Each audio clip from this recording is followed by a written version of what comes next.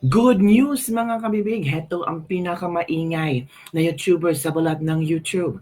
Ako si Kabibig, maglabag-labag na tao with evidence. Good news kung sakaling tawag dito, i-approve ito na kung makakauwi si Tatay Digong Duterte. No? PRRD makakauwi para sa kayang oath taking sa Davao. Nako, tinatrabaho na ngayon sa kampo ni VP Sara at mga legal counsel ni Pangulong Duterte ang kanyang interim release. Excited mga kabibig. So eto ha, i-share ko sa inyo ang nabasa kong news mga kabibig na talagang mai-excite ka talaga. Baka itong pagkapanalo ni Pangulong Duterte, ito yung ginawa ng paraan ng Panginoon para makita muli natin si Pangulong Duterte. Ito Mindanao Times or Times Mindanao, interim release. Ito na.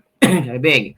Legal team races against time to allow former President Rodrigo Roa Duterte take oath as mayor. Nako. Former President Rodrigo Roa Duterte's legal team has begun gathering documents to petition for his temporary liberty so that he could take his oath as the elected mayor of Davao City, which typically takes place 30 days after the proclamation. So yan mga kabibig ha, sana ma-approve itong petisyon nila, sana makalap nila yung pinakamagandang dokumento na mabigyan ng temporary liberty si Pangulong Duterte. Meanwhile, the Commission on Elections stated on Tuesday that the Department of Interior and Local Government, DILG, will determine who will exercise the functions of Davao City Mayor while Duterte is detained in The Hague, Netherlands. Duterte was ang DILG pala, no? Ang DILG ang tawag dito, magdetermine kung sino ang pauupuin nilang mayor. Ala ka, talaga? So, automatic na yan si Baste. Kasi si Baste ang vice mayor. Don't tell me yung natalong Nograles ang iuupo nila. Ano ba naman yan? Ito na.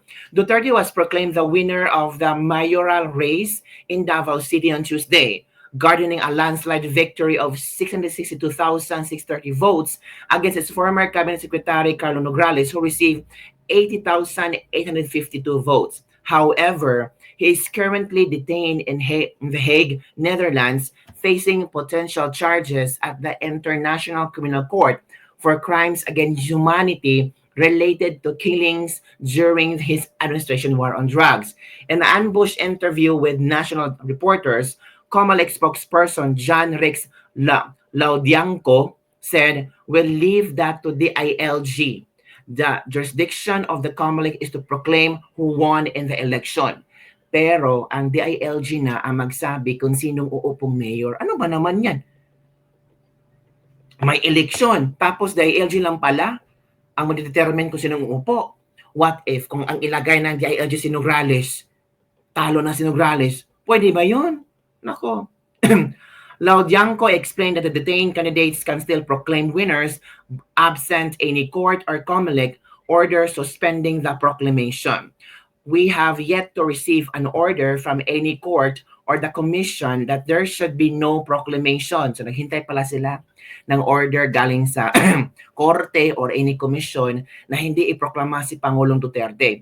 Regardless of whether it's former President Duterte, all candidates may be proclaimed by the boards of canvassers if he or she won and there is no other to suspend the proclamation. Wala namang ginawang paglabag si Pangulong Duterte yan. Diba? Laudinco also said the physical presence of the winning candidate is not required for the proclamation and raising of hands is merely symbolic and ceremonial. A Davao City Board of Canvassers proclaimed Duterte the mayoral race winner on Tuesday afternoon following his significant victory. Tapos dito, according to his lawyer at the ICC, once we get the proclamation papers, we will again discuss how the former President Rodrigo Roa Duterte can take his oath of office. Furthermore, she disclosed that her father's legal team has already begun compiling documents and preparing requests for his interim release or temporary liberty. Nako po, yan ang pinakahihintay ng maraming netizen na makakauwi si Pangulong Duterte. Naku, excited tayo. Sana no, sana mapagbigyan, sana ma-approve ang interim release ni Pangulong Duterte. Malayo pa naman ang out of office, mga ilang araw na lang, 30 days I think so. Sana before dumating ang araw na mag-take oath si Pangulong Duterte, ay makakarating na yan sa Davao. Naku, malaking selebrasyon yan. Hindi lang sa Davao, kundi sa buong Pilipinas. Worldwide yan. Kasi may mga OFW naman na talagang mahal na mahal si Pangulong Duterte. So maghintay tayo. Sana may good news na ipapalabas. Kasi marami ang excited mga kabibig. At eto kabibig, ang pagbisita ng kapatid ni Pangulong Duterte sa The Hague, kung saan nag-usap sila ng kanyang kapatid na si Bong Duterte, at malalaman natin kung ano ang mga reaksyon ni Pangulong Duterte sa kanyang pagkapanalo. Let's listen. Na 64th day ng pagkakakidnap kay Tatay Digong. At ngayong araw po, which is a Tuesday, ang papalit po na next of kin kay Tatay Digong ay si Sir Bong at ang kanyang kabiyak, no? Sir Bong, kailan po kayo dumating dito? Kaninang umaga lang, nag-stopover kami ng Dubai and then straight na dito. Mm-hmm. Ano ang inaasahan nyo, no? Kailan nyo huling nakita si Tatay Digong? The last time I saw him sa Davao pa, pag nagkikentuhan kami sa bahay. So it's been a while, mga siguro 2 months pa na ang kalipas. Ang huling na pag-meet din namin ni Sir Bong ay sa bahay din niya. Oh, yeah. Nakatira siya sa distrito ni Sir Ungab na malayo sa sentro ng Davao, pero napakaganda ng bahay niya. At doon kami nagmi-meeting ng maisog, no, yung mga panahon na yun. Ang sarap na luto ni Mami, no. Now, ano naman po ang inaasahan nyo dito sa kauna-unahang pagbisita nyo kay Tatay Digong? Well, unang-una, of course, I wanna see ang welfare niya, kung how's he doing. Pero I won't know that till, I get inside. Mm-hmm. So basically, I'm here because, yung the election and all that. So nagpalit-palitan sila. So since the election is over, it's my turn now to watch over him. Mm-hmm. Paano po nyo pararating ang balita tungkol sa kanyang pagkapanalo? Well, paano nyo i-describe yung kanyang pagkapanalo? It's an overwhelming, vote of the majority. I'd like to take this opportunity to all the supporters of the PRRD and of course the Davaoenos who are really solid. Solid talaga ang Davaoenos. Super. Overwhelming yung vote of confidence sa kanya. Ano naman po ang sasabihin nyo tungkol sa Duterte, no? At 5 naman po lumabas doon sa ating Duterte, no? Sa Duterte, I'm a little bit disappointed because I was really looking forward that Duterte would make it. But there are some siguro meron pa yung mga protest or whatever, but I will leave it to BP Sara.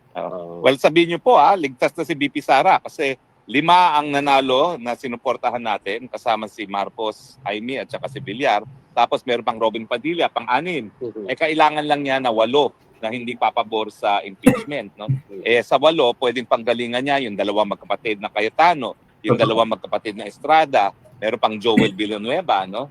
So meron na tayong 6 at posibleng 5 pa at meron pang Mark Villar, 6, no? So may posible pang 6 na hindi papabor, no, doon sa impeachment bukod doon sa 6 na sigurado na, no? So 8 lang kailangan natin, no, para mawala na yung impeachment. So mukhang makakahinga na si Tatay Digong. Sabihin mo, relax ka na, safe na si Sara from impeachment. Makauwi ka na, Tatay Digong. No?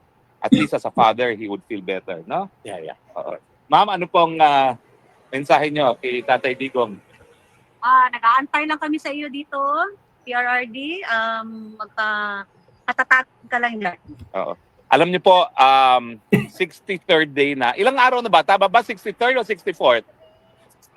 64 na, 64 days, hindi po nawawala ng tao dito, no? At meron po tayong mga kasama dito ngayon. Ma'am, halik kayo kasi pupunta ngayon dito si Sir Bong. Saan po kayo galing, ma'am? Galing po kami sa Minnesota. Ay, nako, ang layo ha. Talagang dinayo niyo siya from Minnesota. Bakit po? Dinayo namin kasi si Tatay Digong ang mahal namin na presidente, pinakamabait at saka pro-poor. At saka hindi tayo hinahayaan noong siya pa ang presidente. Ma'am, ano po ang pangalan niyo? Luz Roslyn. Roslyn. Kasama Pero ko yung asawa asawa ko niyo. dito. Oo. Pero Ma'am Roslyn, never niyo pa na-meet na personal si Tatay Digong, Hindi no? ko pa siya nakita, never met in person, pero kilala natin kasi siya ang presidente. At anong mensahe niyo? Dahil padadala ni Sir Bong ang mensahe niyo. Ang mensahe ko kay Tatay Digong, Tay, magmalig-on ka, Tay, mahal na mahal ka namin, kaya nandito kami. So, Tay, Sabihin niyo naiiyak si Roslyn. talagang ikaw lang talaga ang presidente na yung hindi pinabayaan ng mga Pilipino. Safe kami sa admin mo, at saka pwede kami maglakad na yung safe, na hindi kami na worry na may mangyari. Sa totoo lang. So, Ako, maraming salamat, sir, pakirelay ha. Yes, sir. Complete stranger na si Roslyn, nasa Minnesota, bumiyahe at nandito ngayon. Nasa labas lang kami ng wall. Sabihin mo, sa labas ng wall mo, hindi nawawalan ng mga Pilipino, walang iwanan. Meron din tayong kasama na galing sa talaga. Berlin, ha? O galing Germany. Hali kayo. Galing, yan. Ma'am, ano pa ang pangalan niyo? Kate po. Kate. And galing kayo ng Berlin. Taga saan kayo sa Pilipinas? Bohol. Kate, and anong pangalan niyo pa po? Si Mayet at Mayet. Signy. O yan, papasok na po ngayon si Sir Bong, ang nakababata kapatid ni Tatay Digong. Ano pong papasabi niyo sa kanila kay Tatay Digong? Stay strong, healthy. Kayo po. Always pray kasi nothing is impossible with God. Correct. Yes, that's right. Well, yan po mga mensahe ngayon na Sir Bong ng mga Pilipino nagtitipon-tipon dito. Meron din po ditong mga taga Rotterdam, no? Kasawang mga taga Rotterdam, no? At bihira po itong pagkakataon kasi dahil bago pumasok ang isang kamag-anak, may mga pwedeng magpadala ng mensahe. Ano pong pangalan ninyo mag-asawa? Ay, ako po si Charlene po. Si Charlene at saka si Jason. Alam niyo po, regular itong si Charlene at Jason, Sir Bong, no? Halos twice a week nandito sila, no? At ngayon sila nagdala ng pagkain na munggo. Bakit po talagang andalas-dalas yung pumunta rito, Charlene and Jason? Para pakita po yung suporta namin kay Tatay Digong po. Kung 64th day na po, siguro pang ilang punta nyo na rito?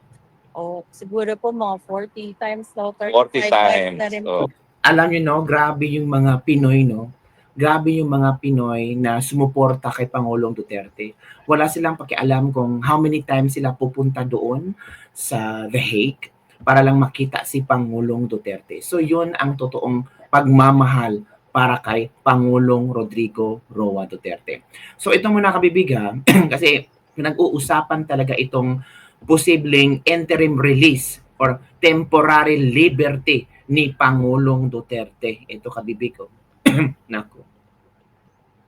Excited tayo. Pero ang sabi dito mga kabibig, Senate President Chis Escudero clarified in the press briefing on Thursday that former President Rodrigo Duterte can take his oath of office as Davao City Mayor through a consular visit at The Hague, even if he remains in detention. Our consular officials can visit him if he permits and requests it. This would allow him to take his oath of office as mayor before them. However, Escudero also noted that if Duterte cannot return to the Philippines due to his detention in The Hague or other circumstances beyond his control, the local government code dictates that Vice Mayor Sebastian Basti Duterte will assume the mayoral position. Subalit kung hindi siya, di ba, si Basti ang pwedeng pumalit. Walang ibang pumalit. Yung natalo, hindi pwedeng bumalit. Pwede lamang siyang mag-appoint, mag-fire, pagkalipas ng 30 days na bakante pa rin ang pwesto, but for the first 30 days, acting lang muna siya. Pero may nakatalaga ng proseso para dyan. Hindi na kailangan mag-invento pa na gagawin dyan, the Vice Mayor will serve as acting mayor. You can only appoint. So, talagang acting vice mayor, ang acting ang mayor ay si Baste. 'Di ba? So yun mga kabibig, pwede na magawa lahat yan. So may mga nag-iisip siguro kailangan pa niyang lumabas pa magpunta sa embassy or consular para sumumpa. Hindi pwede siyang puntahan at mapanumpa sa harap ng isa sa ating embassy or consular officials kung hilingin niya. Dahil ang consular visit ay pwede lamang kapag hiniling nung nasasakdal o akusado. Hindi siya pwedeng persang puntahan kung saan siya nakadetain at kung ayaw niya, karapatan niya, kung ayon sa rules of The Hague. So may proseso naman yun. Yun mga kabibig ha. So maghintay tayo, baka ma-release ang interim release, tawag ito, mapirmahan ang interim release at makakauwi si Tatay Digong Duterte. So yun lang muna mga kabibig ang ating latest libag-libag for the day. Please pray more harder. Please pray harder para kay Pangulong Duterte na makauli siya, magkaroon siya ng temporary liberty para maka-take oath siya bagong mayor ng Davao City.